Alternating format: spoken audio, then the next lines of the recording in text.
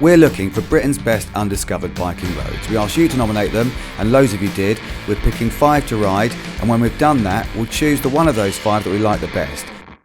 Visordown's looking for Britain's best undiscovered biking roads. A few weeks ago we asked you to nominate them. Many of you have. We're riding 5 of them on 5 different Kawasaki's. The ZX-10R, the Z900, the Ninja 650, and today the Vulcan S. We've been to Leicestershire, Staffordshire, Wales, and now we are in Somerset in Porlock to ride the A39 from here to Lynmouth. Now, when we asked you to nominate your favourite roads, we asked for not necessarily, we said it could be for whatever reason you like. It could be the challenge of them, it could be just the scenery of them. This one we think is going to be more about the scenery. It starts with a very steep hill out of Porlock, one of the steepest hills in the UK.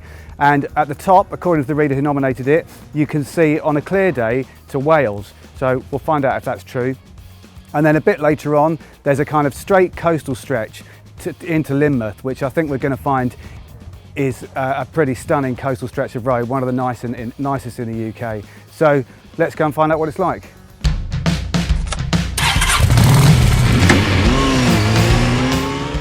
But now we've come to Somerset, and the road we're here for looks amazing too. It's the A39 between Porlock in Somerset and Lynmouth in Devon. It was suggested by Andy Spurrell. Thanks, Andy. Actually, 2 readers suggested it. Andy was just first. And they both said the climb out of Porlock at the beginning was the steepest road hill in the UK. I'm not entirely sure about that. There seem to be quite a few contenders, but it is incredibly steep. Like the road in Wales, it zigzags its way up with really tight turns that are also really steep. I was riding the Vulcan S for this, and I was glad of its low down torque in those bends.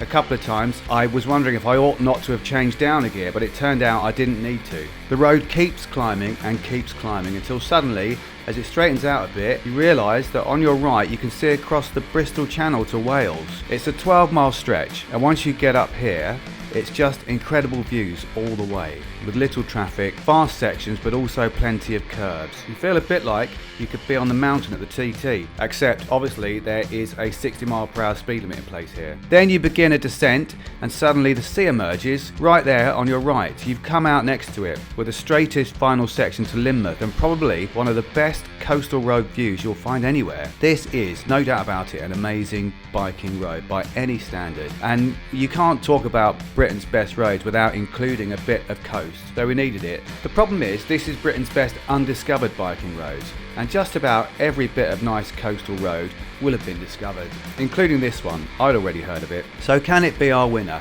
Let's wait until we've ridden the 5th and final road. We've just ridden the 4th road in our search for Britain's best undiscovered biking roads. Roads which have been nominated by you. It's the A39 from Porlock to Lynmouth, Porlock in Somerset to Lynmouth in Devon, and it was stunning. It's just a gorgeous road. It's really steep out of Porlock on Porlock Hill. The road winds back on itself as it climbs out of that valley town.